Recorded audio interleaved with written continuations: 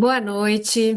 Então, vamos ao quarto encontro da formação Natureza, Arte e Tecnologia, o amor entre humanos e não humanos, uma parceria entre Instituto Ling, Fundação Itaú e o 24º Encontro Internacional de Arte e Tecnologia, com a coordenação da querida Suzete Venturelli. Seguimos no eixo 1, Inteligências e Sensibilidades Não Humanas, e hoje nós vamos ter o prazer de conhecer Mônica Tavares e a sua pesquisa com a aula Máquinas e Naturezas, Ecossistemas Tecnológicos e Corpos Modificados. Mônica Tavares é arquiteta de formação pela Universidade Federal da Bahia, mestrado em multimeios pela Unicamp, doutorado em artes pela USP e dois pós-doutorados nos Estados Unidos, um na Pennsylvania State University e outro na Cornell University. Mônica é referência na intersecção entre arte, design e mídias digitais. É livre docente pela ECA, a Escola de Comunicações e Artes da USP, onde atua como professora sênior e lidera um grupo de pesquisa em arte, design e mídias digitais. Nós vamos ver, o que a gente vai ver com a Mônica hoje vai muito além do lugar de meros espectadores da arte. Eu pude dar uma espiada na apresentação, nas referências, e já deu para perceber que nós vamos nos impressionar e muito, mas positivamente, né? Bom, fiquem à vontade para se comunicar comigo, com a equipe técnica do Instituto Ling, pelo chat ao longo de todo o encontro. Enviem as suas perguntas, suas questões, dúvidas, comentários. No final do encontro, eu vou repassar algumas das questões trazidas no chat para a gente ampliar essa conversa com a Mônica. E também vamos contar com a participação da nossa querida Suzete. O registro de presença vai ser coletado só no final da fala da Mônica. E a gente vai então compartilhar o QR Code. Eu também vou enviar o link pelo chat. E aí vocês vão ter acesso ao formulário para registro de presença. Mônica, por favor, a palavra agora é sua. Boa noite. Gostaria de agradecer tanto ao Instituto Ling, na pessoa de Laura Kogo, como, obviamente, a Suzete, pelo convite de participar desse evento. Então, vamos começar. Como Laura falou, o título da palestra é Máquinas e Naturezas, Ecossistemas Tecnológicos e Corpos Modificados. Eu dividi a minha fala em quatro partes. Primeiramente, eu vou falar sobre o corpo modificado como o atualizador da relação entre as áreas da arte, do arte design, ciência e tecnologia. Depois, eu vou falar sobre a prótese transformacional, que é o trabalho que nós estamos desenvolvendo entre ECA USP e PoliUSP, pela ECA eu. E pela Poli é o professor Chinampai e Juliana Ren. Na continuidade, falar sobre, de modo geral, sobre os critérios de projeto na criação das próteses e trabalhos futuros que nós estamos dando continuidade nesse momento. Primeiramente, eu gostaria de começar a minha apresentação com essa foto. Esta foto é de meu corpo. Eu nasci com a ausência de antebraço esquerdo e desde 92 eu venho desenvolvendo trabalhos na área da arte e tecnologia e mais recentemente estou trabalhando exatamente na possibilidade de utilizar tanto a arte, a tecnologia e o design como meio de ampliar, de aumentar o corpo. Nesse sentido, eu acho que vale a pena falar que eu me coloco como a usuária e como aquela que faz, certo? Nessas duas condições que eu acho que é importante para o desenvolvimento do trabalho. Corpo como centro de gravidade. Então, o que nos interessa é exatamente pensar projetos, de uma maneira geral, é óbvio, não só o nosso, projetos que trabalhem exatamente a relação do corpo com o espaço, do corpo com outros corpos e do corpo com objetos. E esses objetos, não só aqueles que circundam as pessoas, mas aqueles que constituem a pessoa. Nesse sentido, o corpo, os movimentos e as interações atuam como o centro de gravidade. É importante também falar sobre a ideia do corpo como experiência do mundo, certo? Aí remetendo um pouco a Merleau-Ponty, e a ideia é exatamente como esse corpo ampliado pode estender a identidade, a autoconfiança das pessoas. Vamos lá. Primeiramente, então, eu vou expor de uma maneira não tão profunda, mas passando por alguns projetos de arte, não só de arte, que, a meu ver, trazem essa possibilidade anteriormente falada da relação entre as áreas e também da possibilidade de ampliação do corpo. Essas duas imagens, a da esquerda é de um artista, Jim Hall, americano, que ele levou mais de 40 anos tatuando o seu corpo, e é interessante pensar que ele aparece como uma paisagem ambulante, certo? Ou seja, esse corpo modificado como forma de se comunicar com o mundo. Além dessa referência na área do corpo modificado, especificamente mais vinculada às questões de body art, vamos assim colocar, tem o trabalho do Fakir Muzaffar, que ele foi um dos pioneiros na área do movimento primitivo moderno, em que inclui uma variedade de piercings e implantes no corpo como uma forma de comunicação consigo próprio e, obviamente, uma forma de estender a sua espiritualidade. Não podia deixar também de trazer exemplos dessas atuações de corpos modificados na área do Brasil, certo? Ao lado da esquerda, aqui em cima é a imagem, abaixo tem um pequeno vídeo do trabalho da Letícia Parente, marca registrada, em que a câmera ela foca diretamente no ato sem corte e paulatinamente, eu não vou passar todo o vídeo, mas paulatinamente ela vai tecendo na parte inferior do pé, na parte de baixo do pé, a palavra Made in Brasil. Esse trabalho é de 75 e eu acho que é importante destacar exatamente a possibilidade de pensar a condição do corpo brasileiro como mercadoria, certo? Submisso a determinadas lógicas neocoloniais e econômicas. E também eu acho que o trabalho é muito importante para referir, de alguma maneira, o corpo feminino, certo? Auto-infligido, no sentido de demarcar uma posição, não só de um trabalho estético, mas um trabalho que avança no território político e também da relação entre biologia e outros instrumentos que potencializam a capacidade de implementar esse corpo aumentado. Do lado direito, desculpem aqui, que a canetinha está bem. Deixa eu tirar aqui. Agora acho que sim.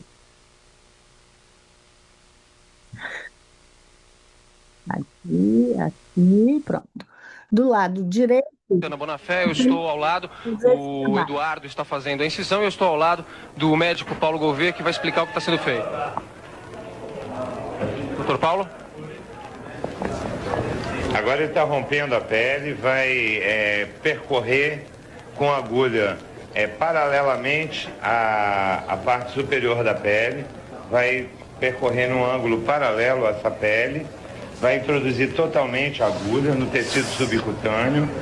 Aí, ao final do término da inserção da agulha, ele vai segurar, vai apertar, aí vai fazer a introdução do chip através de um mandril que corre por dentro da agulha.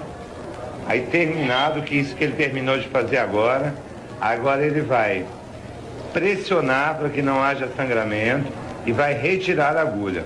Um procedimento absolutamente sem risco, inócuo, esterilizado, sem contaminação.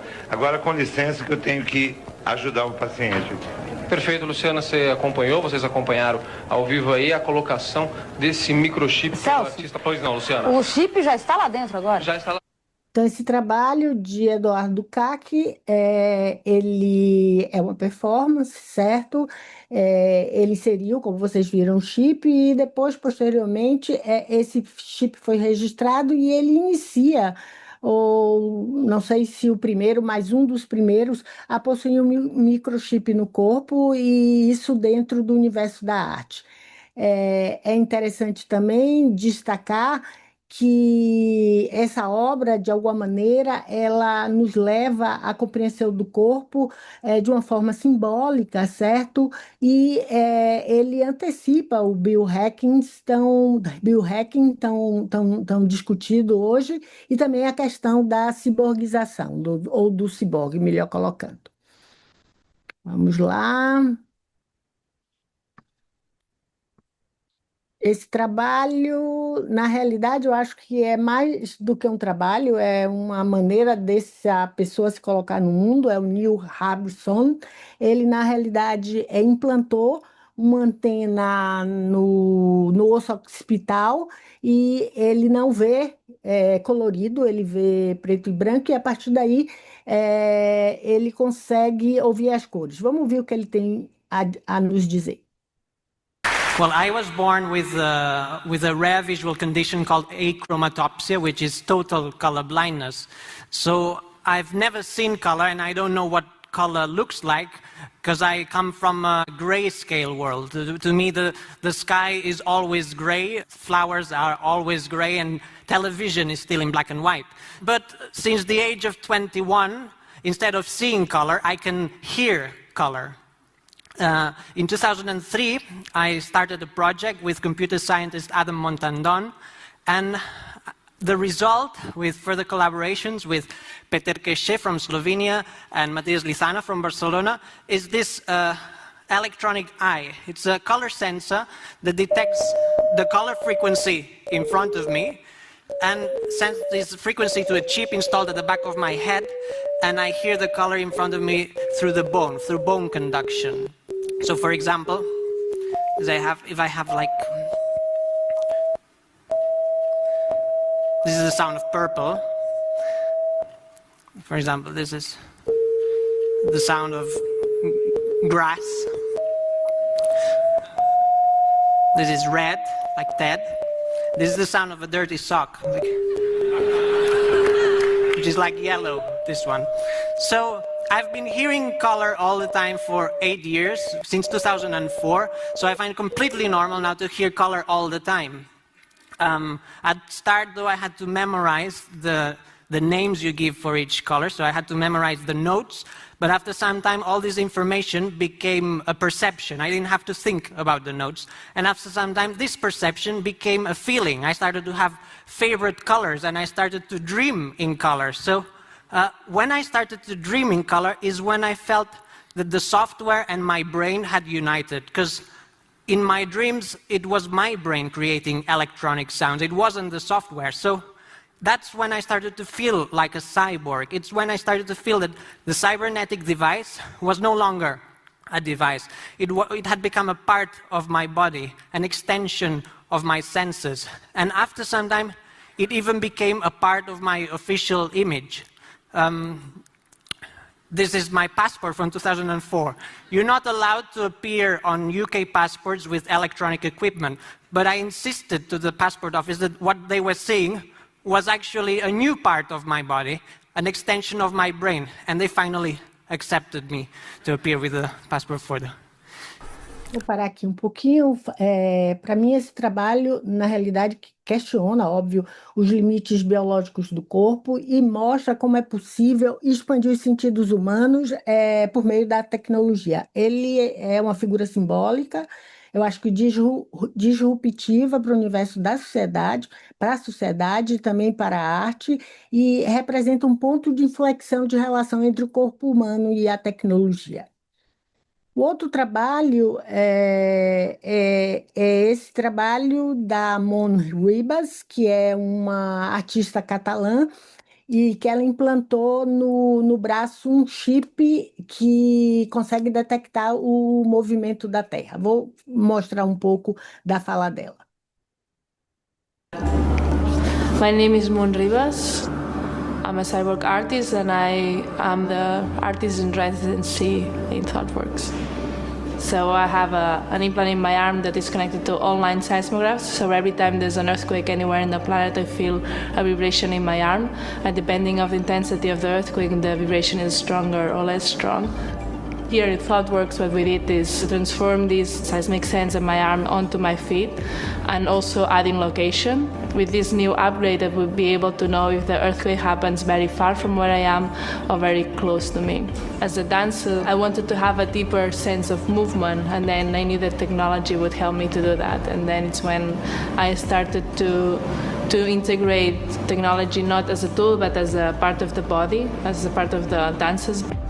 Yeah, in ThoughtWorks has been really nice to be able to collaborate with all these talented people that know a lot about technology. And I would really need the engineers because we have these ideas of how we can extend senses, but we don't know about technology and how to put it in practice. So for us has been really helpful. I guess I've been searching what would be my best expression in art. I discovered that we can have deeper experiences with technology. I wanted to have a deeper sense of movement, and then I knew that technology would help me to do that. Then I realized that not only humans move, there are many things that move in many different ways. The earth is constantly moving, not only rotates, but it shakes every day through earthquakes. First I had to get used to these constant vibrations, but now it's part of me. Now I feel that the cybernetics and my organism have completely united, and that it's the feeling that I feel a cyborg, that I have a new sense that it's made with cybernetics. Eu considero ela como uma espécie de sensor vivo da Terra, certo? Ou seja, ela questiona também a condição humana e provoca reflexões sobre a questão do bioético, até questões relacionadas à autonomia corporal. Na linha ainda dos trabalhos de arte, não poderia deixar de referir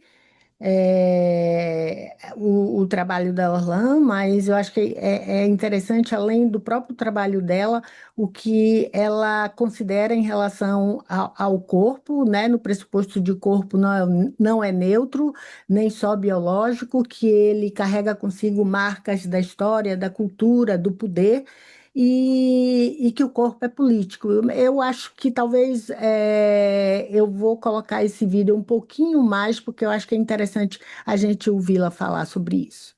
Je veux me présenter. Je suis Orlan, entre autres, et dans la mesure du possible. Et mon nom s'écrit chaque lettre en capitale parce que je ne veux pas qu'on me fasse rentrer dans les rangs, je ne veux pas qu'on me fasse rentrer dans la ligne.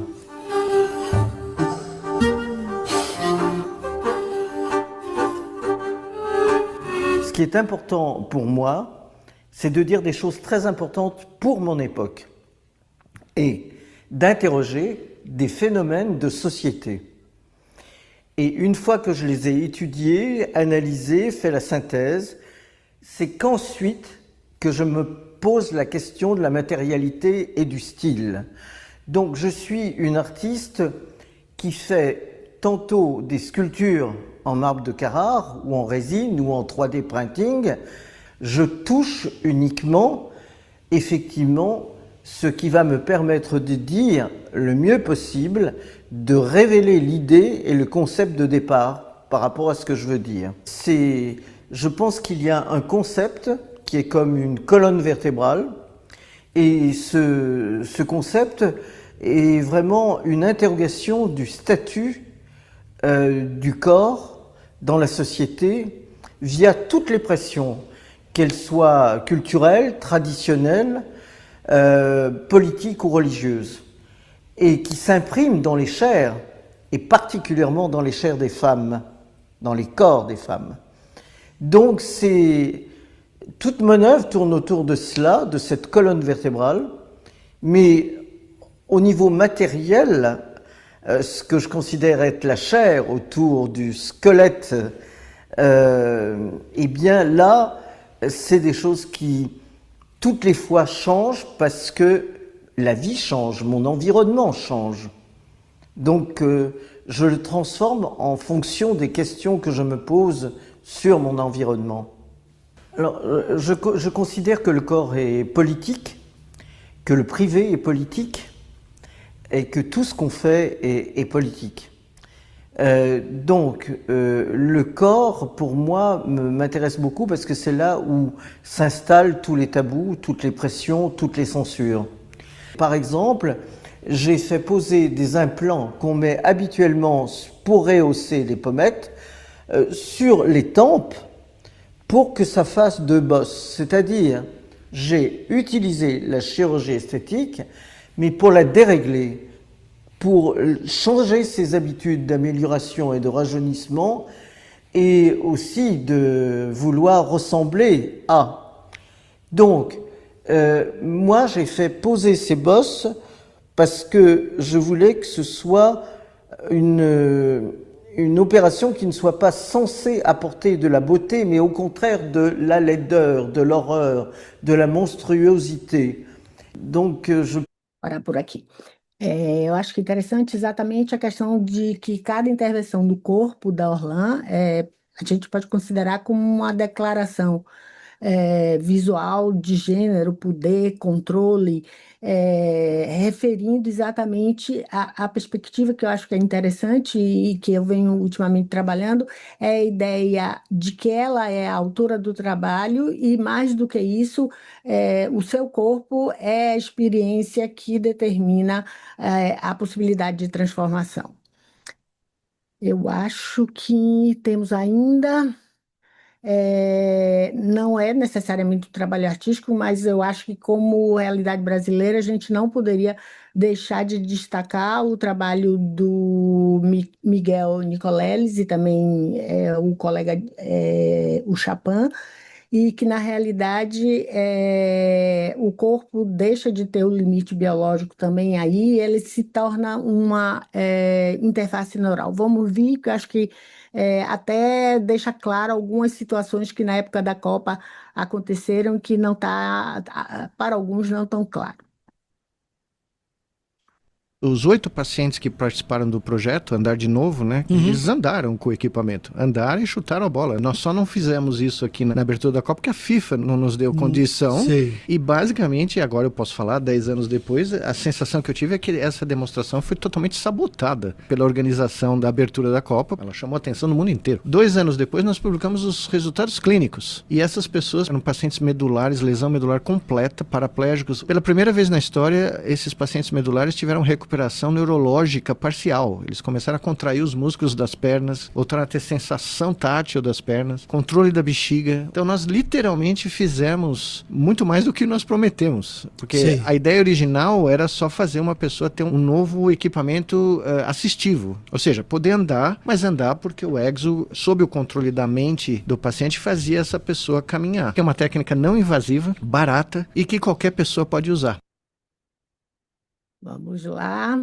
Ainda temos mais 2 exemplos que eu acho que são bem dentro da área que eu estou agora trabalhando. São 2 mulheres.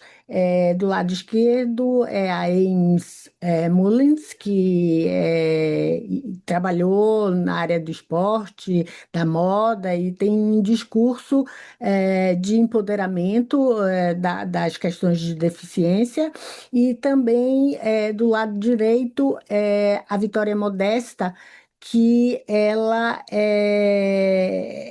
é uma artista pop e destaca exatamente a questão da diferença, vamos dizer assim, como potência. Uma das Um dos pontos que me interessa muito nesses dois exemplos é a diversidade que elas têm na utilização das próteses, ou seja, cada uma delas tem muitas próteses e elas não se limitam ao uso de uma simplesmente. Em cada ocasião, em cada dia em relação ao seu humor, há uma diferença na utilização dessas próteses. Vamos lá, eu tenho um vídeo pequeno também da Ames e depois um pequeno clipe da Vitória Modesta. Para mim, só para fechar a conclusão desse último slide, exatamente a ideia de que as próteses elas não contribuem simplesmente para minimizar as ações físicas, mas exatamente para transformar o interior das pessoas, certo? E, de alguma maneira, possibilitar da minimização das questões de estigma. Vamos ouvi-la também, eu acho que é importante, tem um trecho que... So some of you actually saw me at TED 11 years ago, and there's been a lot of talk about how life-changing this conference is for both speakers and attendees, and I am no exception. TED literally was the launch pad to the next decade of my life's exploration. At the time, the legs I presented were groundbreaking in prosthetics. I had woven carbon fiber sprinting legs modeled after the hind leg of a cheetah, which you may have seen on stage yesterday. And also these very lifelike, intrinsically painted silicone legs. So at the time, it was my opportunity to put a call out to innovators outside the traditional medical prosthetic community to come bring their talent to the science and to the art of building legs, so that we can stop compartmentalizing form, function, and aesthetic and assigning them different values. Well, lucky for me, a lot of people answered that call.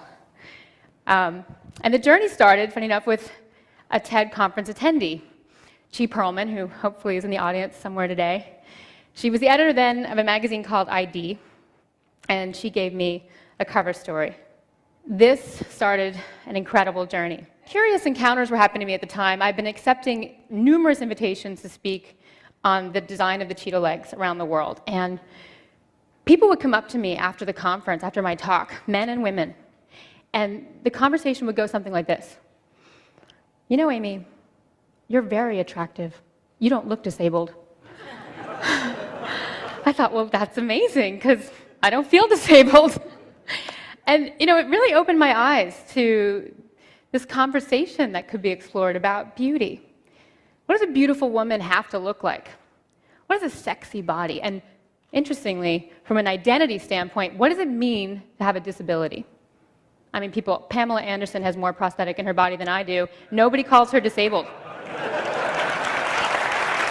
So this magazine, through Eu vou parar por aqui. Então, para mim, a ideia central é exatamente o que a gente carrega de diferente a partir desse discurso, sempre na possibilidade de ressignificação. As próteses são metáforas de escolha, de versatilidade, exatamente tentando repensar conceitos como normal, belo e a questão do capaz, da capacidade. Mais o último slide da Vitória.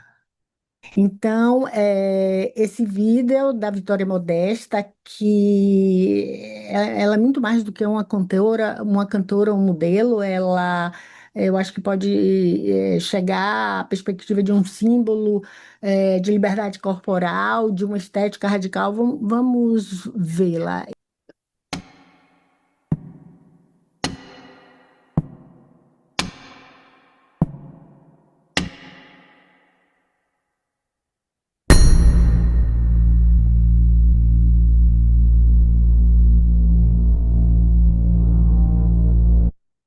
Pente, solta o mouse agora, vamos deixar ele rodando.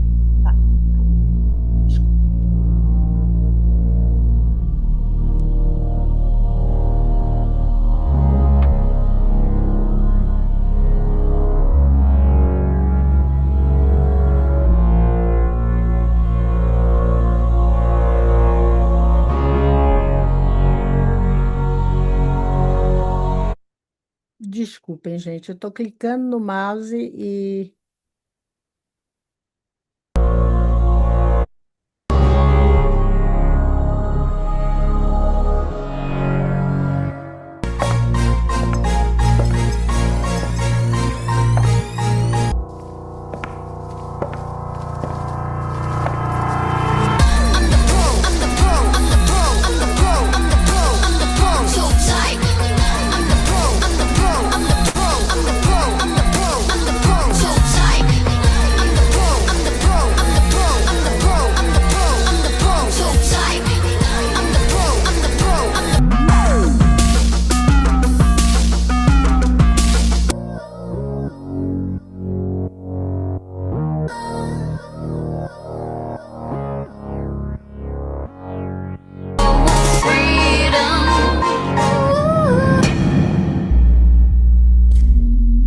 Assim, eu acho bem forte.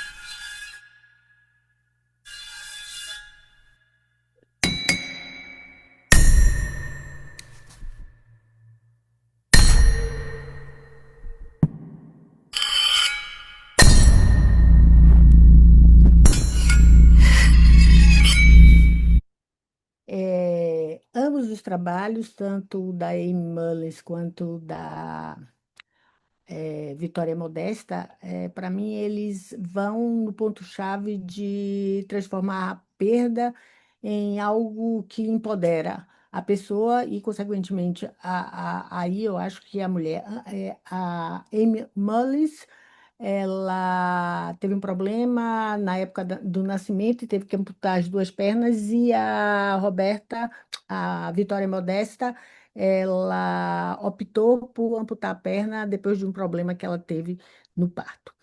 Vamos lá. Então, o que me interessa nesses trabalhos todos que eu mostrei aqui, agora vamos entrar mais diretamente nas questões, finalizando essa primeira parte para entrar na segunda parte, é exatamente como essas experiências corporais efetivamente mudam a maneira como as pessoas se inserem na sociedade.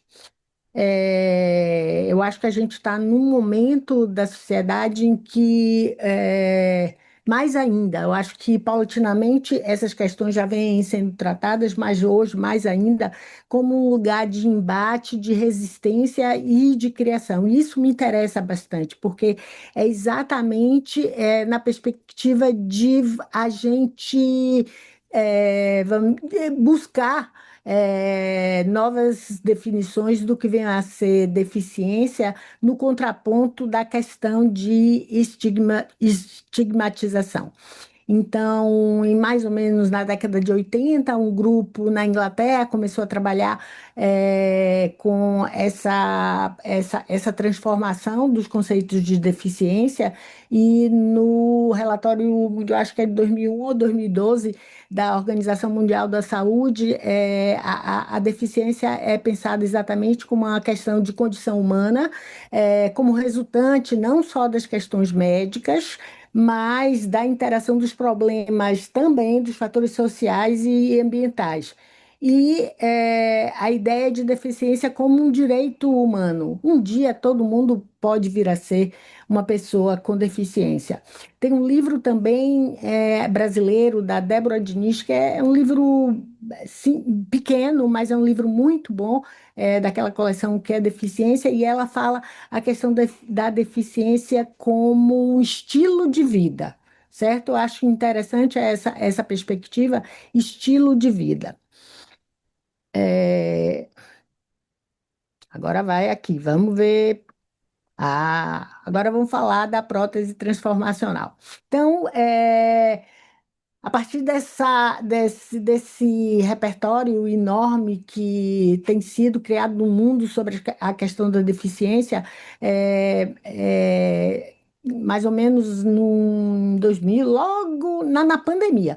Na pandemia, iniciamos um trabalho com o pessoal da Poli, com o professor Xanan Pai e Juliana Reno também, no sentido de que a ideia é transformar e possibilitar a criação de um laboratório de intervenção artística e científica, com a possibilidade de criar produtos assistivos que, na realidade, eles não se limitem exclusivamente à ideia da funcionalidade, mas que esses produtos assistivos venham a ser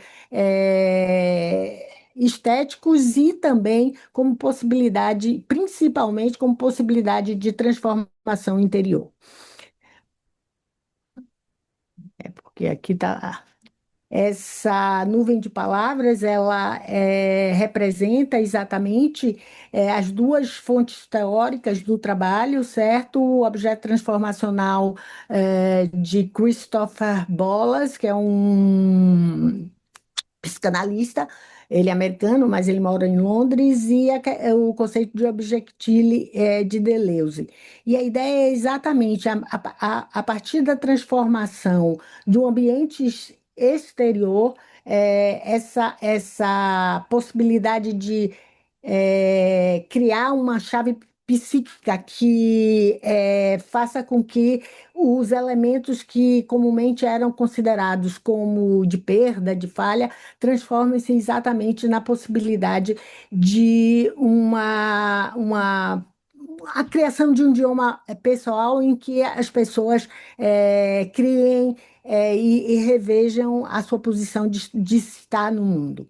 E na questão da modulação do objectíleo, essa nossa prótese transformacional, a gente pensa exatamente na possibilidade de um objeto não fixo, não estático, que está sempre em processo, modular, aberto, e tendo formas variáveis que vá contemplando esses desejos e necessidades de cada usuário.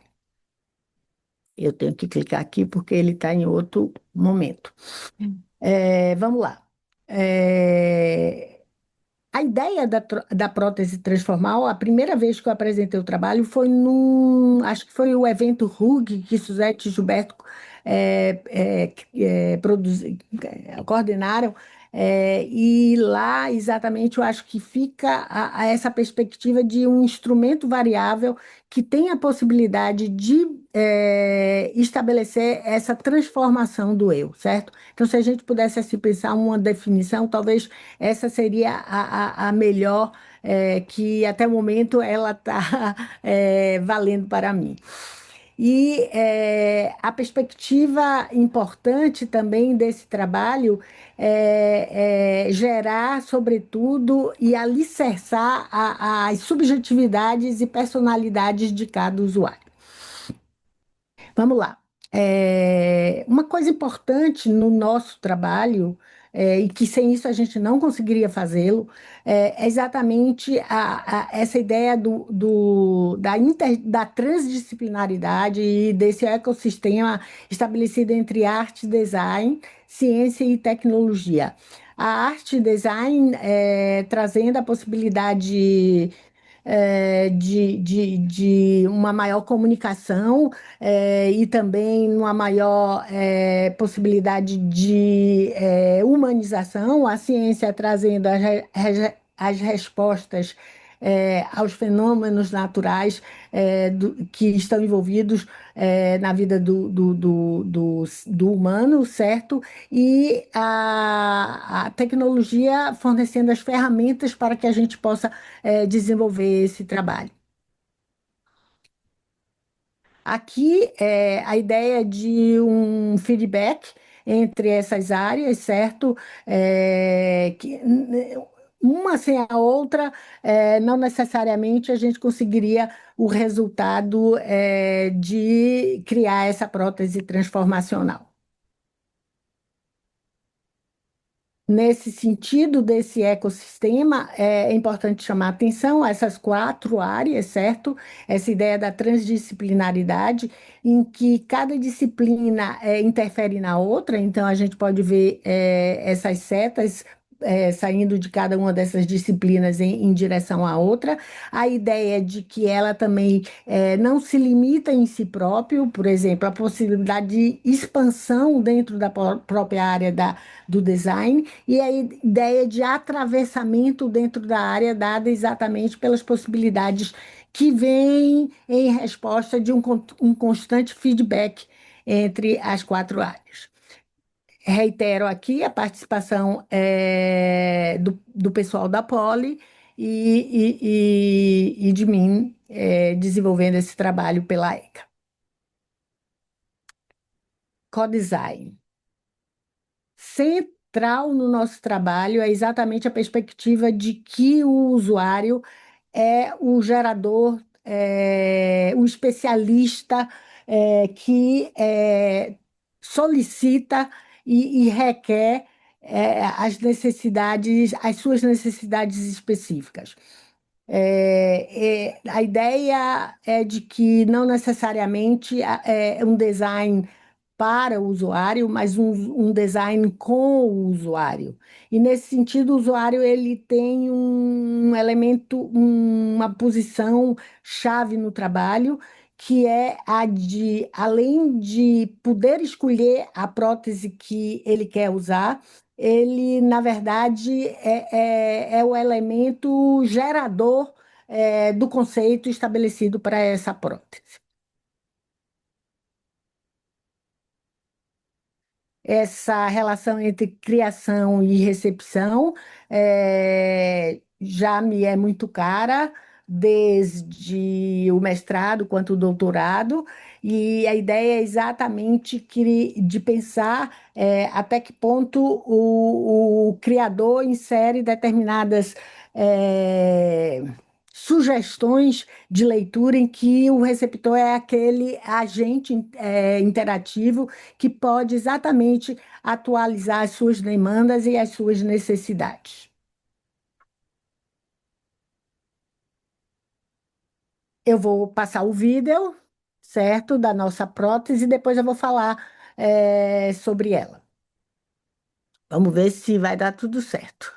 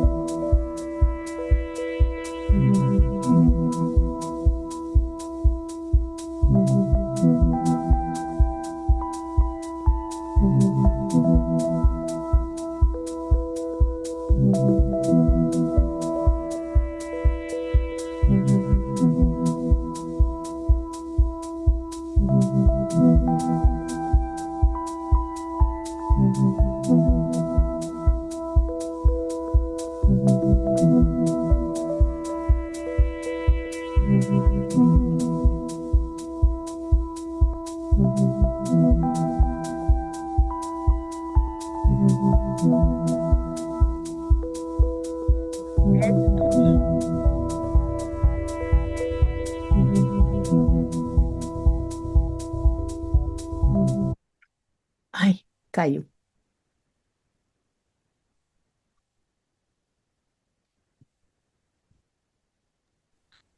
Estamos vendo a tua Vocês estão apresentação, vendo? não caiu? Vamos lá. Então, como é que surgiu a questão conceitual, não só anterior em relação a todo o processo de transformação interior, mas a gente também desejava ter um conceito sob o ponto de vista do projeto. É, com base na prótese proposta pelo professor Chinampai, ela se configurava exatamente como quatro cilindros, certo? Colocados um sobre o outro, e interiormente onde estão o arcabouço funcional, onde estão não só as baterias, mas também todo o processo de possibilitar o movimento da mão. O movimento da mão ele é conseguido a partir do mioelétrico, que na realidade é um sensor que é colocado no coto da pessoa que utilizará a prótese transformacional, e à medida que há uma detectação, à medida que se detecta os movimentos, esses movimentos possibilitam o movimento do músculo possibilita o movimento dos dedos. E o que interessava a gente tomando como referência o que o estado da arte nos mostrava, é exatamente fugir da perspectiva do mimético, certo? Nós não queríamos algo que fosse similar ao antropomórfico, e que a pessoa pudesse variar na utilização da prótese. Então, esses cilindros, eles funcionam para nós como espécies de braceletes. E aí a pessoa, na verdade, ela pode substituir esse bracelete como ela quiser, certo? E aí a gente vai ver aqui, até o momento, nós temos para essa prótese, que nós chamamos essa prótese de alto desempenho. Essa prótese, ela está em fase de desenvolvimento também. A gente vem testando não só a questão da funcionalidade, mas também a produção dos revestimentos. Então, do lado esquerdo, vocês podem ver que a gente denominou como cilíndrica plana. Então, a pessoa, na verdade, ela pode substituir os braceletes, e, além do mais, ela pode optar por diferente tamanho desses braceletes ao subdividi-los. A antiprisma, que nos dá uma ideia do low poly. A gente queria não uma semelhança como o mimético que eu falei, mas nós queríamos a ideia do low poly. A ideia do low poly foi bastante interessante, e tivemos como referência também artística o Javier Vellan, que é um artista francês, em que ele faz determinadas esculturas exatamente nessa perspectiva do low poly. E também aqui nesse segundo exemplo, a gente tem a possibilidade de substituição tanto dos braceletes quanto de peças menores dentro de cada setor. A gente chama cada um desses cilindros de setor ou seção. O outro exemplo, o terceiro exemplo, na verdade, o Truchê. O Truchê, o projeto, ele pensa a ideia de pavimentação, tesselação, certo? A partir de determinadas imagens, essas imagens são combinadas a partir de um algoritmo, e elas vão randomicamente se distribuindo na superfície do cilindro.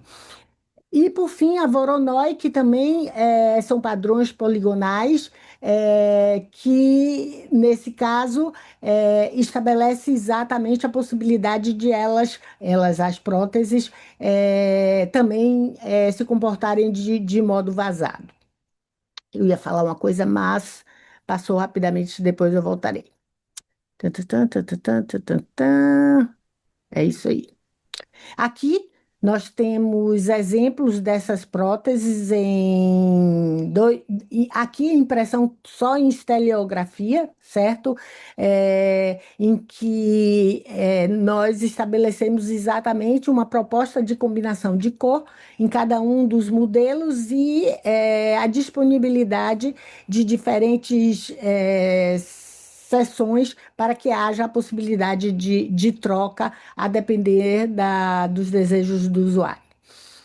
E essa impressão ela foi feita em FDM, certo? Nós optamos na segunda versão, que foi a que eu anteriormente mostrei, que essa aqui foi a segunda versão, desculpem aí na hora de colocar. Nós optamos por escolher a estereografia exatamente porque a impressão em FDM nós tínhamos o limite de cor, certo? Ou seja, a gente, na realidade, estava totalmente presa ao que no mercado era disponível dos filamentos para impressão.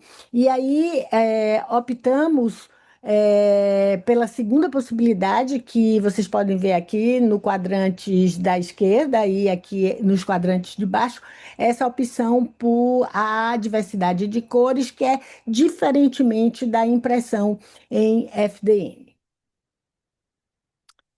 Uma coisa importante que eu gostaria de diferenciar no trabalho é a ideia da customização, certo? A customização eu acho que é a chave, a personalização e a customização é a chave para a inserção do usuário no trabalho. Nesse caso aqui, estamos em desenvolvimento na possibilidade de inserir o usuário na personalização do trabalho. Nós já temos hoje a questão da customização. Qual a diferença entre um e outra? É óbvio essa pergunta.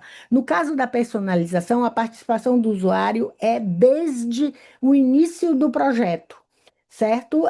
Até a sua finalização. E essa personalização ela é alcançada a partir da obtenção das próprias necessidades de cada usuário. Diferentemente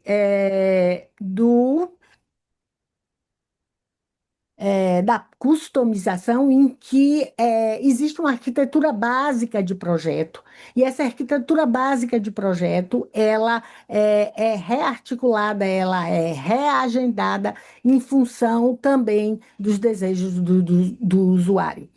Essas duas imagens, esses dois slides com essas imagens, eu também não poderia deixar de referir, são próteses produzidas por o The Alternative Limb Project, em que é um escritório de produção de próteses na Inglaterra, no Reino Unido, em que eles têm convênios com várias empresas e existem uma infinidade de próteses que estão mais na linha da personalização, em que o usuário inicia o projeto a partir das suas aspirações, das suas necessidades. E aqui, na verdade, no que nós, nesse momento, estamos priorizando no desenvolvimento da prótese transformacional, é exatamente a ideia da possibilidade de rearranjo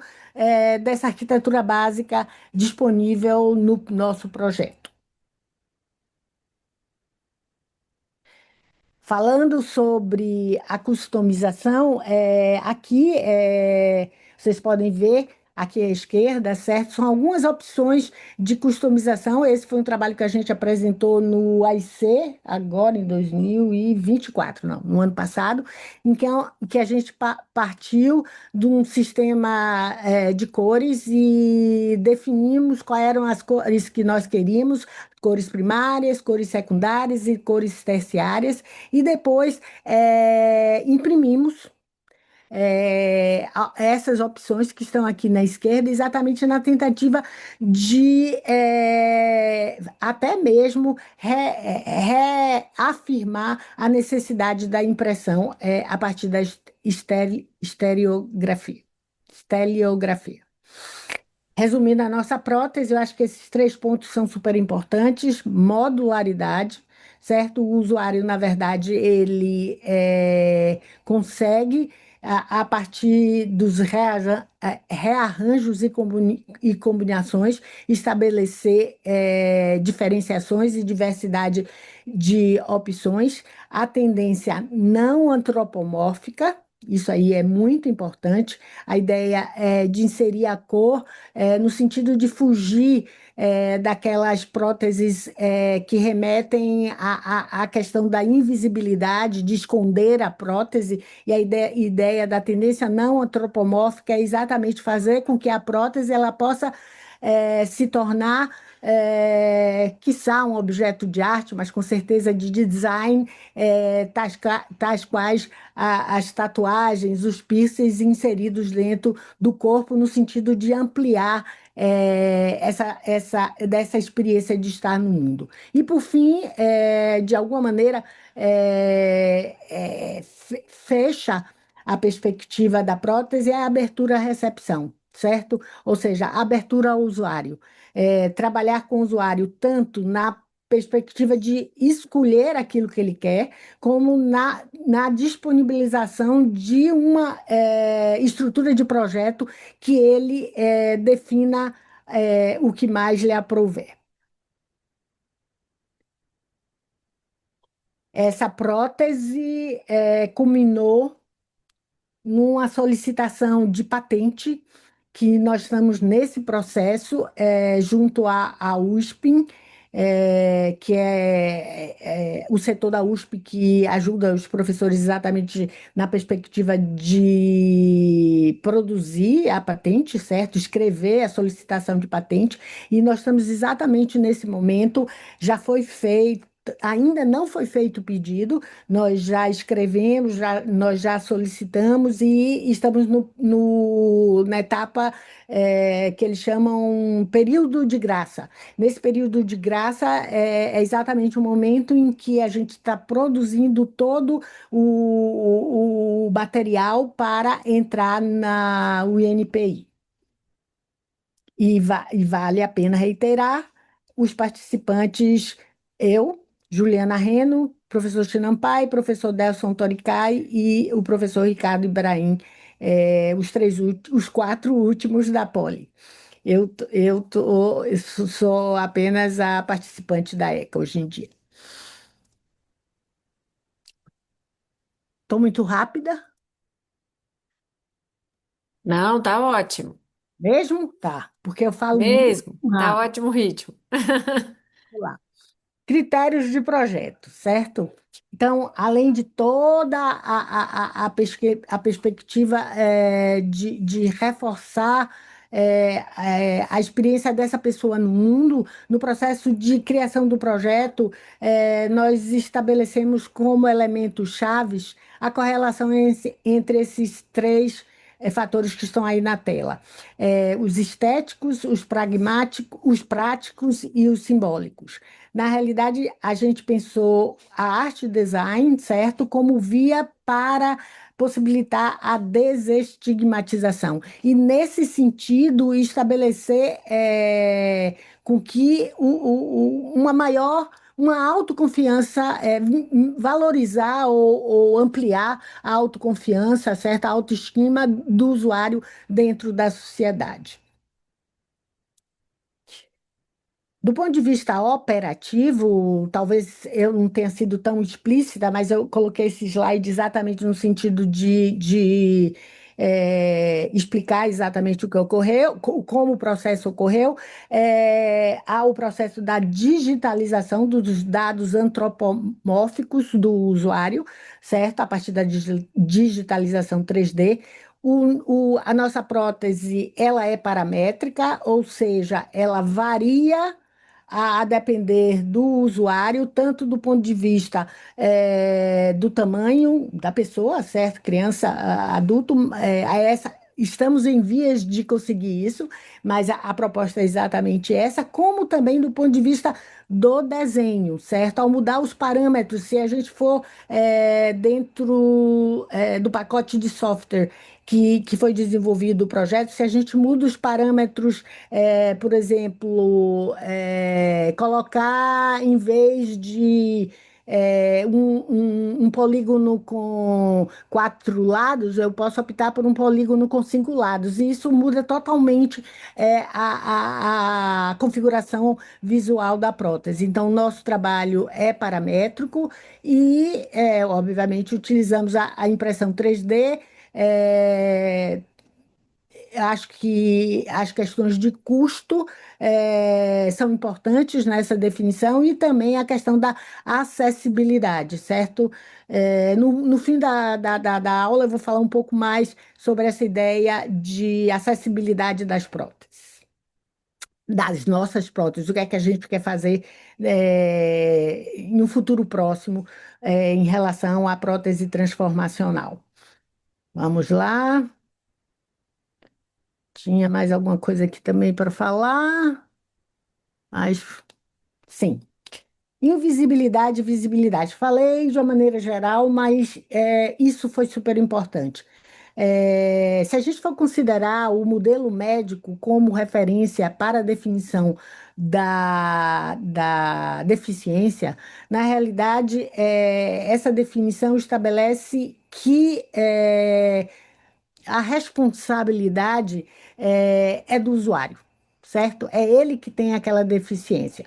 Na possibilidade de pensar a deficiência inserida dentro dos fatores sociais, paulatinamente foi sendo mudada a maneira como esses objetos iam sendo produzidos e criados. E em vez de se esconder, camuflar o produto assistivo, pelo contrário, a visibilidade é o partido, é a proposta exatamente de não tentar homogeneizar essa pessoa. Pelo contrário, as pessoas são diferentes e cada uma delas tem as suas específicas necessidades.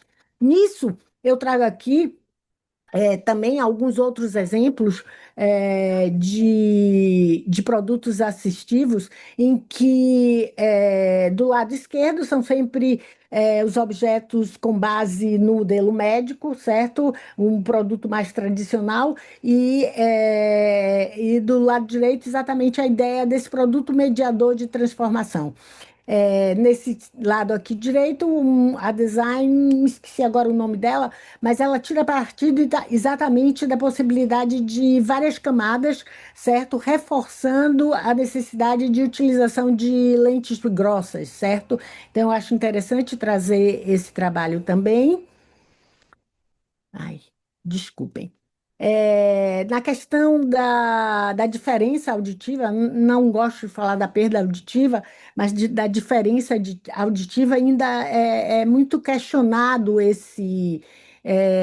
o termo utilizado tanto para pessoa deficiente como para perda, para falha, mas vamos por enquanto usar diferença, certo? Que eu acho que é um termo que não exclui e realmente pensa na individualidade.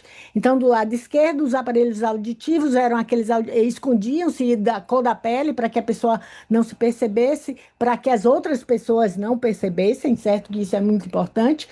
Enquanto do lado direito, esse produto em que as próprias pessoas personalizam a partir de design e inserções de um trabalho feito a partir do uso tanto de tecnologias digitais como de tecnologias artesanais.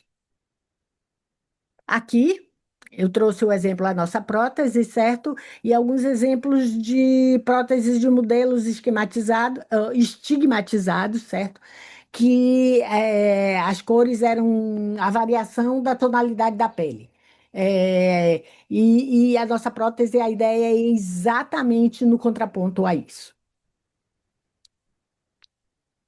Finalizando essa terceira parte, A ideia dessa prótese, certo? Dessa prótese transformacional é de que ela funcione como esse instrumento que incorpora essa arquitetura variável, certo? Com possibilidade de mediar as transformações. Então, aqui é um gráfico pensando na integração daqueles 3 critérios anteriormente referidos, estética, funcionalidade e o simbólico, pensando exatamente que gramática multissensorial possibilita a produção desse objeto. Que sinais, do ponto de vista de indicação de funções, esse objeto pode trazer? E também que valores e sentimentos possíveis esse objeto pode ressignificar para cada um do usuário. A ideia de que a transformação da posição que o sujeito, a pessoa, se coloca no mundo, certo? Implica automaticamente, ou pelo menos de forma gradativa, a transformação interna do indivíduo. Finalizando essa parte, tem o professor Hugh Hare, ele é professor do MIT, eu acho que é importante o depoimento dele, porque ele fala em todos esses temas que, de alguma maneira, foram aqui tocados, certo? Ele também faz um resumo rápido, mas vamos ver, ele tem um sonho, e eu acho que a partir da perspectiva de pensar a minimização da deficiência, a gente pode ir transformando cada um de nós e, consequentemente, Thank you, Jeff. Hello, Autodesk community. How are you doing today? I can't hear you. Woo! So I do not build buildings or bridges. I, in fact, build body parts. In the transportation business, I build bionic legs that augment human physicality. You can see on the screen that I'm wearing 2 bionic limbs. I invented these limbs. 6 microprocessors, 24 sensors, muscle tendon-like actuators. I'm basically a bunch of nuts and bolts from the knee down. But with bionics, I can run, I can hop, I can skip. Thank you.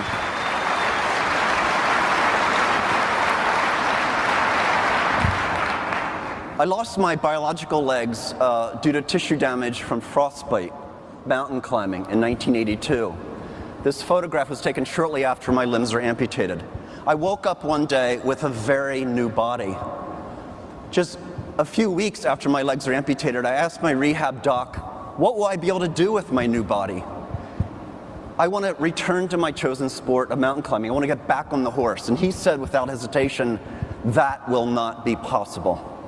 Ladies and gentlemen, I'm happy to report that the doctor was very, very wrong.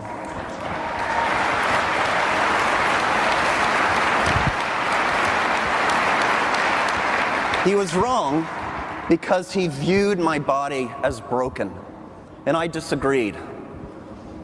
I said my body is not broken, the technology is broken, the built design world is broken. In fact, if we innovate, we architect a new design world, we can ultimately eliminate disability.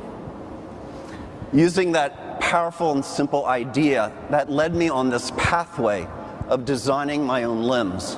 I developed a series of robotic bionic extensions to augment my physicality.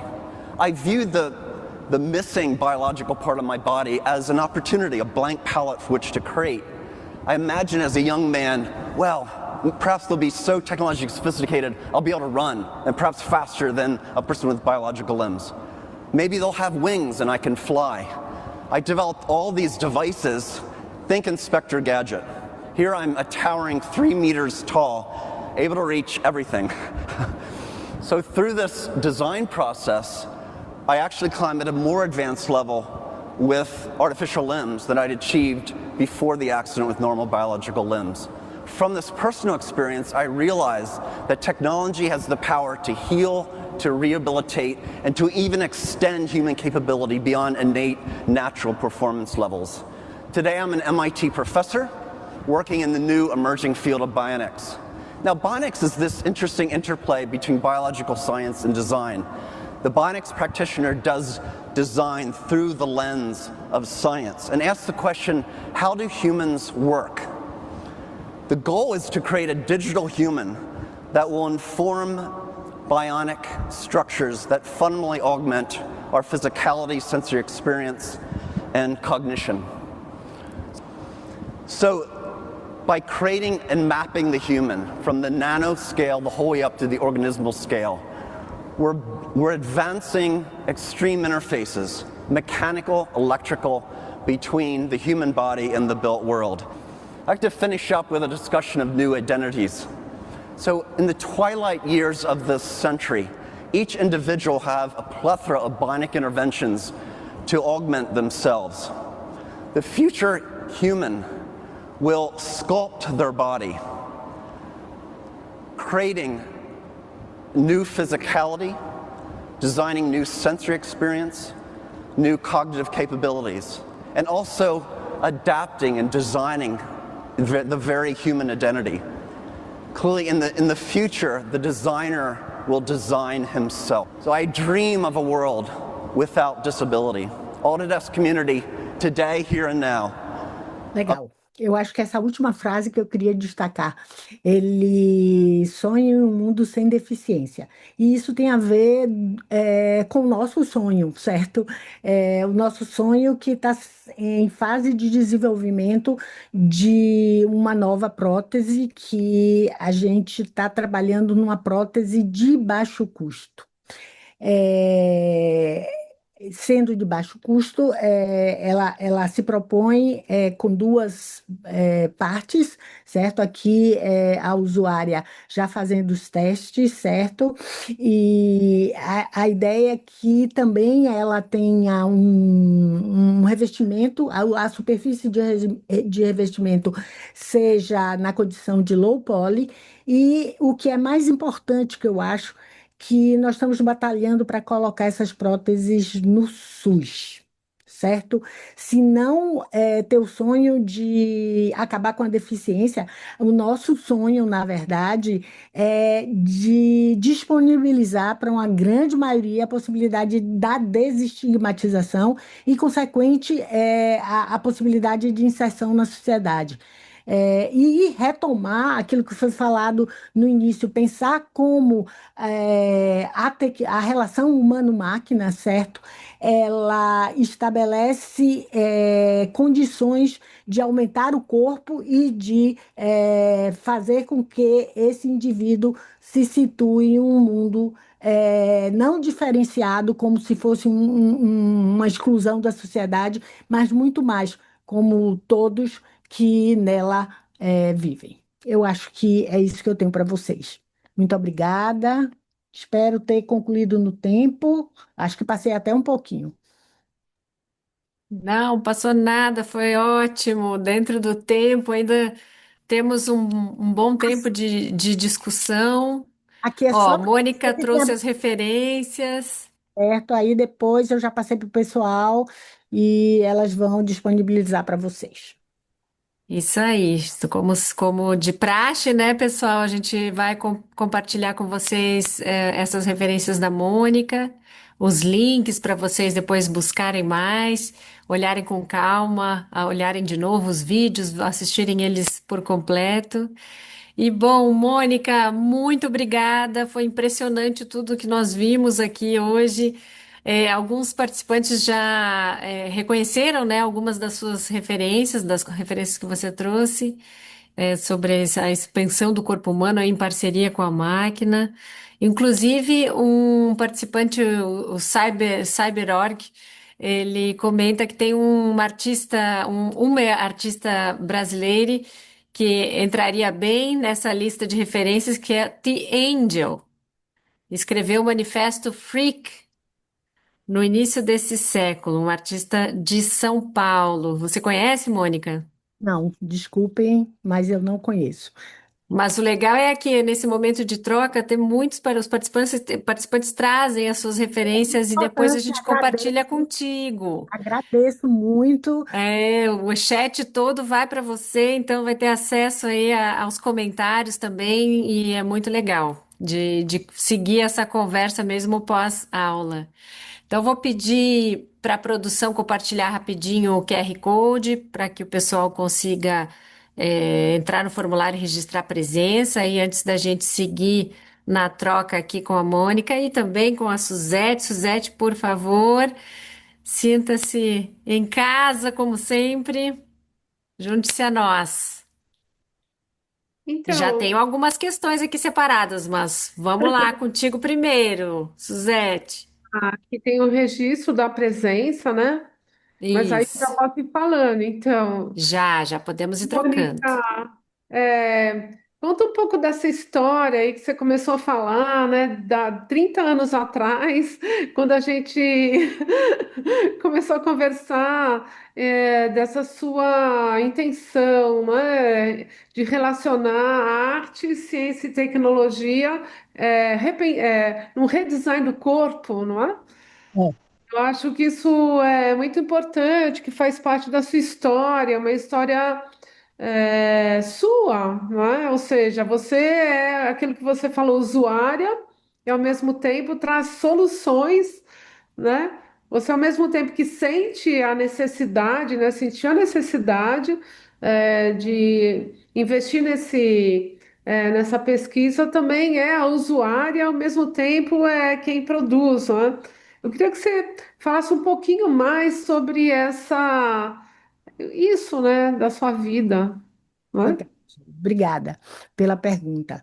Curiosamente, quando eu fui pensar em que imagem me representava para eu colocar no início da apresentação, eu fui a essa imagem que está no meu mestrado, certo?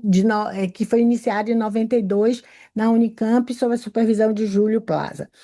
E eu fui rever aquelas imagens e todas não, mas uma grande parte delas trazia exatamente a transformação do corpo. Eram cabeças e as minhas eram o meu próprio corpo, certo? Ou seja, era algo que talvez, com certeza, eu não tinha a consciência que eu tenho hoje, certo? Sobre esse processo de pensar o corpo como o centro da experiência.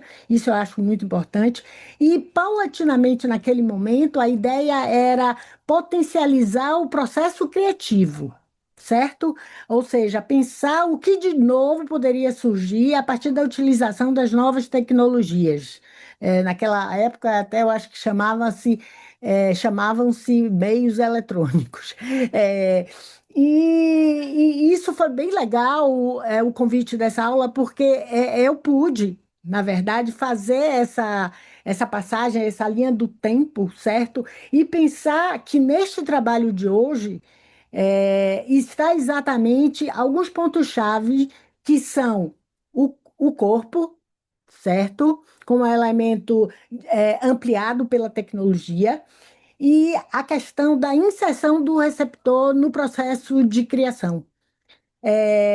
Na realidade, eu acho que isso faz com que a gente que trabalhe com novas tecnologias há muito, que a gente tem plena consciência disso, mas é que eu acho que é importante chamar a atenção, a ideia de que o artista, vamos dizer, multimídia, ele lida com uma complexidade tecnológica tão grande, certo?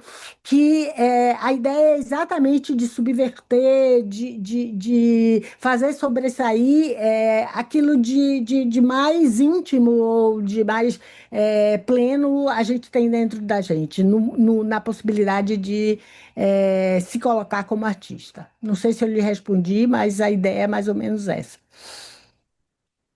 Claro que respondeu, claro. Não é? Eu acho que aí a gente pode passar para as perguntas, né, Laura? A sua apresentação foi super linda, como sempre, né, Mônica? Eu me perdi um pouquinho, que na hora Não, mas, caiu, mas eu me recuperei rápido.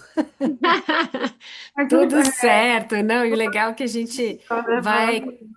Nós vamos compartilhar o link dos vídeos também, que a Mônica compartilhou com a gente, então vocês vão conseguir assistir, inclusive na íntegra. Mas vamos lá, então, seguindo aqui, tem uma questão bem interessante trazida pelo Arthur Xavier. É, Foram ouvidas pessoas com deficiência na elaboração do design das próteses? Fiquei pensando na questão da desestigmatização e autoestima, se as próteses desenvolvidas atendem às necessidades e desejos estéticos da comunidade PCD. E aí eu já complemento com um comentário do Rony Brito, comentou assim: na minha experiência com a comunidade surda, percebi que há certa rejeição deles a próteses e implantes. E eles têm orgulho de serem surdos, exaltam sua cultura e sua língua em oposição a uma pressão para que sejam oralizados. É o orgulho de ser quem é. E aí eu fiquei pensando, Mônica, imagino que existe que haja uma diferença, né, entre as pessoas com deficiência desde seu nascimento e pessoas que perdem alguma habilidade física durante a vida, né? Como conviver com essa deficiência? Né? Tem os de nascimento e os que adquirem alguma desabilidade, né? Obrigada pelas perguntas. Xavier, o nome dele, não é? Eu acho que, se eu não. Arthur, Arthur Xavier. Concordo plenamente com o que você está dizendo, Arthur, de que alguma comunidade que tem alguma deficiência, na realidade, ela se orgulha de si próprio. E eu acho que isso não é na condição de ser ou não ser deficiente. E aí eu pego um pouquinho da sua pergunta, Laura, de ter nascido ou não ter nascido com essa deficiência. Eu tenho a impressão que o mundo hoje tem buscado, vamos dizer assim, uma perspectiva de inserção da diferença. Certo? E nessa perspectiva de inserção da diferença, eu acho que isso houve uma resposta direta para essas pessoas. Então, eu creio que eu acho que é muito mais uma perspectiva de que a gente está vivendo de transformação do mundo, nesse sentido de inserção. Ele perguntou sobre também no início da pergunta, que era sobre se foram feitos questionários. O projeto ele está no comitê de ética, certo? O projeto está no comitê de ética. Inicialmente, a usuária fui eu, certo? Mas a nossa perspectiva de caminhar é exatamente abrir essa pesquisa com usuários que não seja só eu, ok? bárbaro. Bom, trago mais uma aqui então. Cleomar Rocha. A tecnologia altera corpos. Na ficção, alguns super-heróis são pessoas com deficiência convertidas em super-humanos após a inserção de próteses. Deixamos a deficiência para uma hipereficiência. Assim é com Homem de Ferro, Cyborg, Soldado Invernal, Forge, dentre outros. O Oscar Pistorius ganhou visibilidade internacional como corredor usando prótese. Até que ponto a ideia de super-humano alcança a realidade pela tecnologia?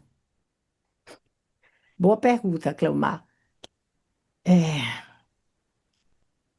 Eu acho que o evento ele tenta discutir exatamente essa relação até onde vai o limite do humano, certo? Na minha perspectiva, eu acho que estamos cada vez mais próximos de outros universos, vamos dizer, outras espécies, se a gente quer dizer mais próxima do título do evento. Mas no meu caso, particularmente, aí trazendo a sua pergunta para o meu caso particularmente, eu não me sinto uma ciborgue, ainda talvez, certo? Eu não sei até que ponto eu posso dizer isso, eu não sei até que ponto eu me tornarei uma ciborgue, mas eu acho que os depoimentos de dois dos artistas que eu trouxe, que foram o Neil Harbisson e a Moon Ribas, ali eu acho que é uma ampliação da percepção. E no momento que há exatamente uma ampliação da percepção e uma ampliação total dos seus movimentos e, consequentemente, essa mudança de posição que a pessoa adquire dentro da sociedade, eu acho que não chamaria super-humano, certo?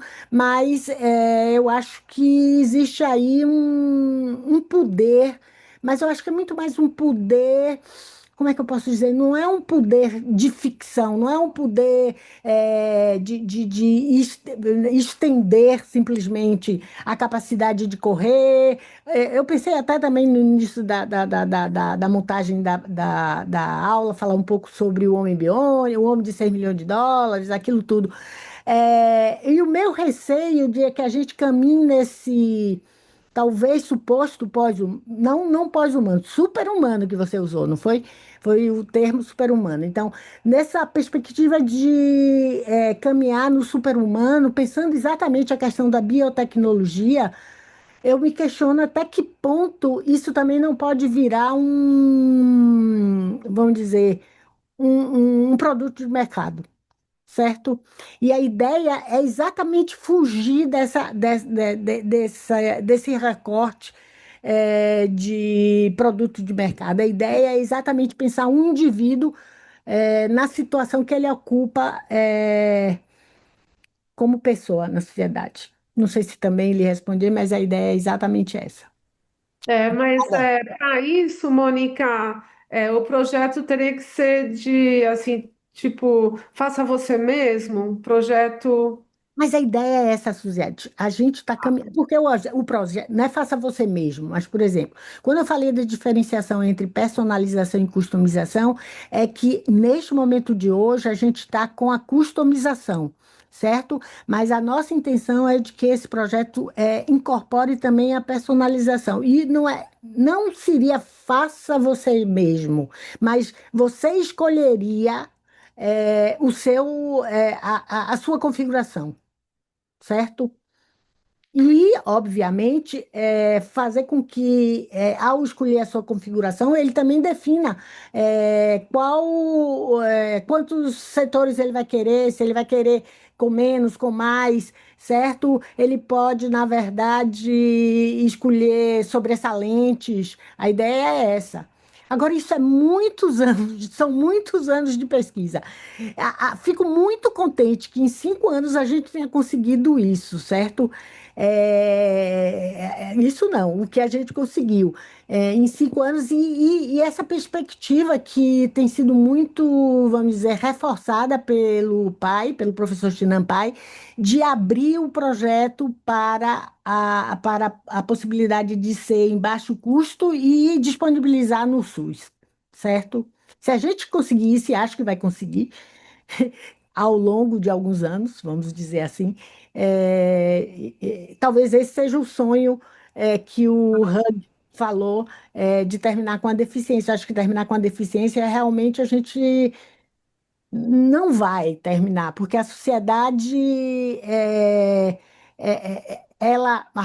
talvez daqui a alguns anos, não posso ser tão radical e dizer que isso não vai acontecer, né? Mas eu acho que isso vai demorar muito para acontecer, certo? Ela pode talvez minimizar esse processo de deficiência, mas acabar com a deficiência eu não sei, porque tem fatores culturais e históricos muito fortes, que uma parcela da população eu acho que já absorveu isso, mas uma grande parcela da população não absorveu, certo? Estamos mudando e acho que é muito legal isso que está acontecendo agora, certo? Mônica, eu vi que a Juliana está por aí, não é? Juliana está por aí. Tá, tá, tá. A Juliana tá. quer falar um pouquinho, hein, Ju? Agora está na pole. A gente tá todo mundo mutado, né, Suzete? A Ah, gente não é, então consegue deixa liberar, eu desculpa. É uma configuração que a gente faz aqui para não ter nenhuma interferência, assim. Então, vai para a Mônica, né? Assim, Sim, sim. pouco. Mas se ela É, quiser se manifestar, escrever alguma mensagem, participar aqui ai, pelo chat, tudo, dá, né? e a gente traz. Mas eu tenho aqui já, aproveitando o gancho dessa nossa última troca com o que o Cleomar trouxe, né? Nós temos uma boa questão aqui também com o Luiz Henrique. Professora Mônica, primeiramente gostaria de parabenizar pelo seu trabalho incrível. E agora vem a pergunta. Você acha que o investimento no campo dessa ideia de humanos ciborgues e humanos com aprimoramentos físicos feitos por metal pode acelerar a chegada das armas robóticas humanas, como, por exemplo, humanos trocando partes biológicas por metálicas em busca de maior resistência nas guerras e entre outros conflitos armados? Muitas obras fictícias, como Cyberpunk, trazem um pouco dessa ideia. E ele complementa ainda comentando que pensou nisso quando viu a perna da Victoria, que se assemelhava a um espinho. Legal, Luiz Henrique, obrigada pela pergunta. Eu acho que ainda vai demorar muito para isso acontecer, certo? Eu acho que é importante pensar que os anos de pesquisa para que a gente consiga um pequeno avanço é muito grande, o tempo é muito, certo? Então, até que aconteça essa troca entre possibilidades que ele comentou, eu acho que isso ainda vai demorar. Mas talvez um dia tenhamos, mas o que eu acho mais importante é pensar que mesmo que um dia nós consigamos ter é, a posição que o homem, aí eu estou falando o homem, o ser humano, se põe diante das decisões de viabilizar isso e aquilo que é o mais importante, certo? Para minimizar possíveis danos que isso venha trazer à nossa civilização. Não sei também se isso, não sei o que Suzete pensa. Suzete é mais otimista que eu, sempre, mas eu acho que é isso mesmo. Otimismo, né? Para que a gente resolva as questões assim de uma maneira mais que seja interessante aqui, né? Para o que a gente está discutindo. Mas a minha questão, Mônica, é sobre as conexões sensoriais, assim, com o próprio sistema fisiológico.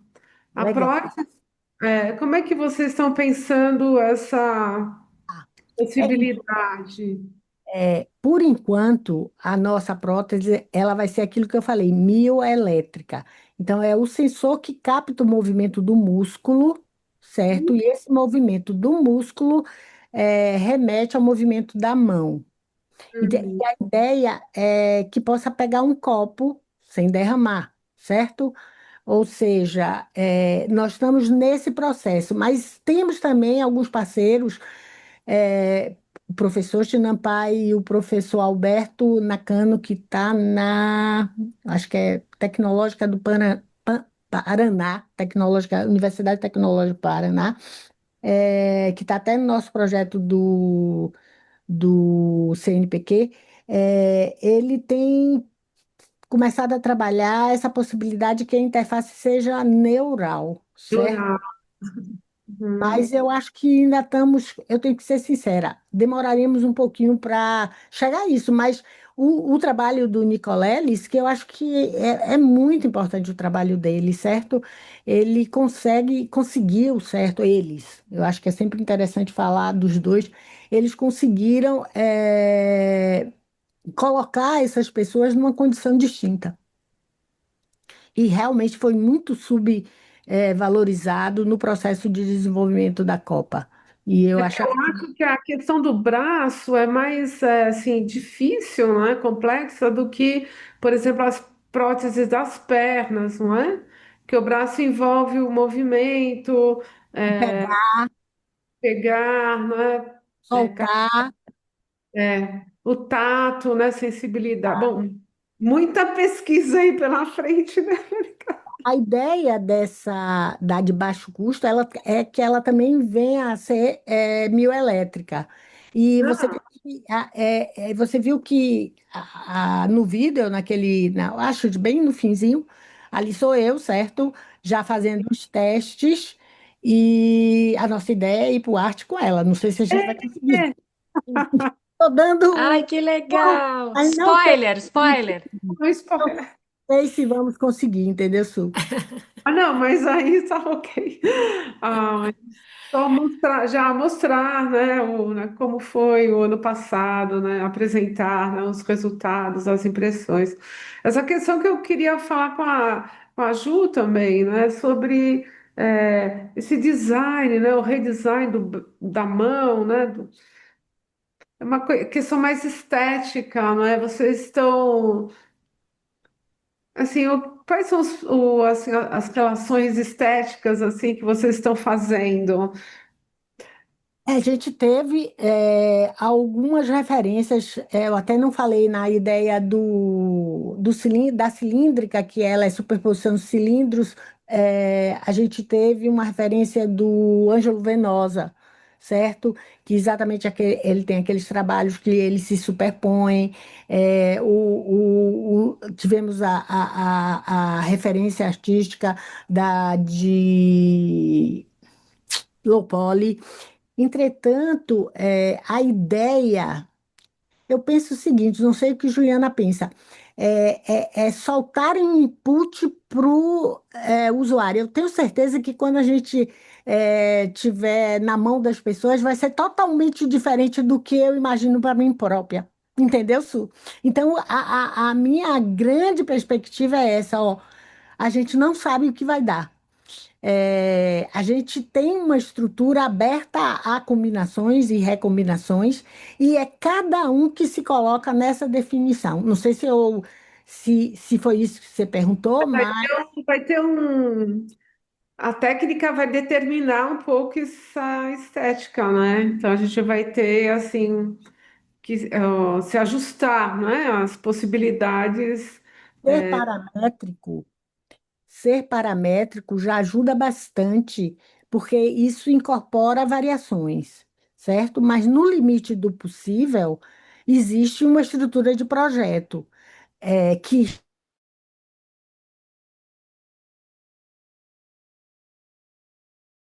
da pesquisa, Sim. tem vários momentos, é muita coisa acontecendo. A personalização, que também é um outro momento da pesquisa, esse não, certo? Esse é feito para essa pessoa, igual o The Alternative Limb Project, é feito para essa pessoa. Tá, legal. Muito bom. A Ju falou alguma coisa aqui? Sim, tá vendo? Ela mandou aqui agora uma mensagem dizendo que Ah, trabalham com design paramétrico e generativo nas experimentações de desenvolvimento da forma de superfície da prótese. ok. Explica um pouco. Obrigada, Juliana. Quer explicar um pouquinho, Mônica?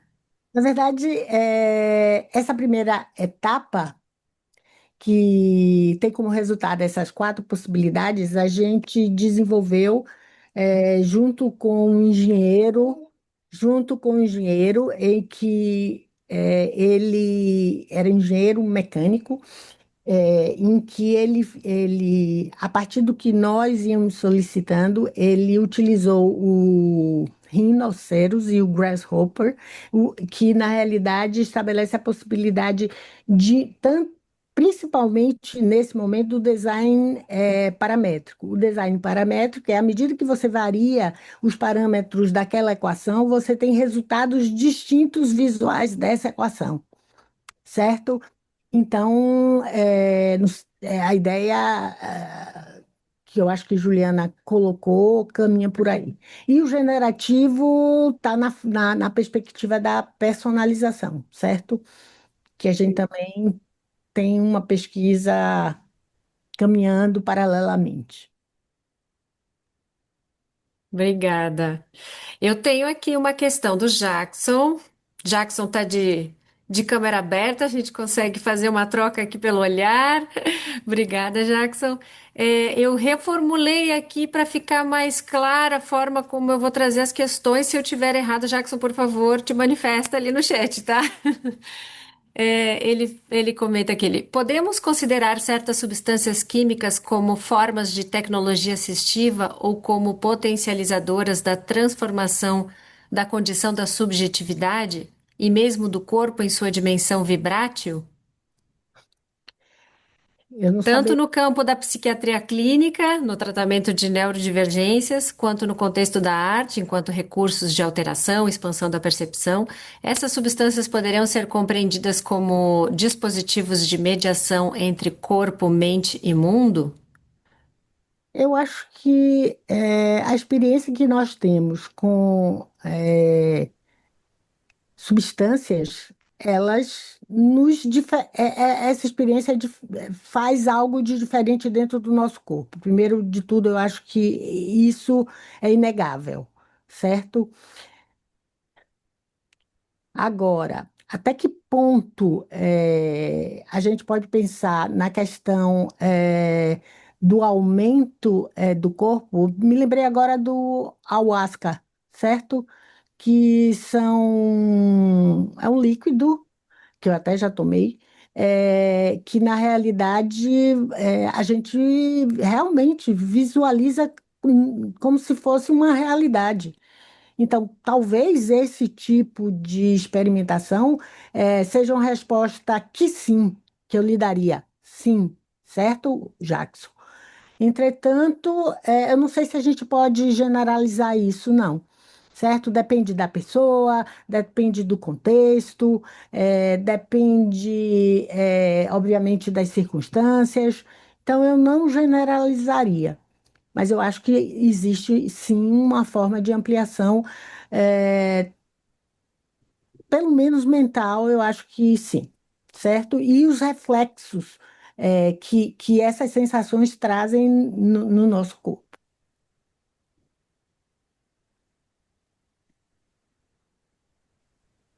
Gente, eu acho que estamos nos encaminhando para o final.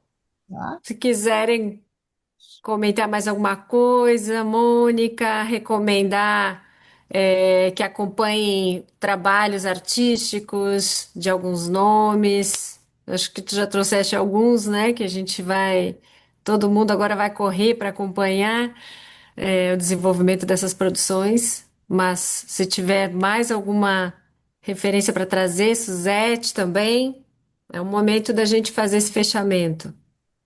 Eu acho que da apresentação que eu trouxe, tem dois vídeos que, para mim, pelo menos dois momentos dos vídeos. Um é o trabalho da Orlan, certo? É, Orlan é exatamente pensando aí pioneira, né? do corpo, o corpo é político e eu acho que tudo que a gente, de alguma maneira, o mundo é político, certo? E isso é uma questão e que tudo que a gente faz tem essa implicação. E o que a gente faz, na hora da gente fazer, a gente tem que, mesmo que não seja tão consciente, mas a gente decide para onde vai. Isso é uma questão. E o outro é o professor o Hugh Hare, que é o professor do MIT. O sonho dele seria o ideal, certo? Então, a gente discute realmente com a fala dele até que ponto a tecnologia eliminará a deficiência. Será que eliminará? Fica a questão. Eu acho que a gente não tem resposta pronta para as coisas. Até porque o que está acontecendo é muito rápido. Tá acontecendo, as coisas estão acontecendo muito rápido e a gente às vezes vê uma que dá certo, outra que não dá certo.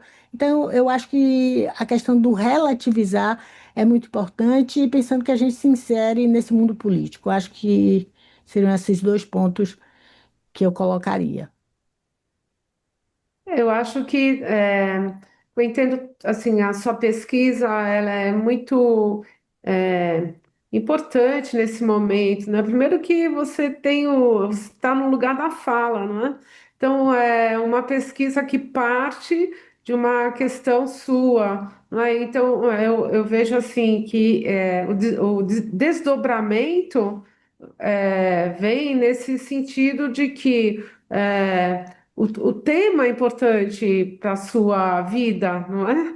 Então, eu entendo a pesquisa no design, na arte e tecnologia nesse sentido também. Você traz contribuições, né, para a ciência também, não é só uma questão, né, que a gente estava discutindo, né, de ter ou não uma prótese mais bonita, não é?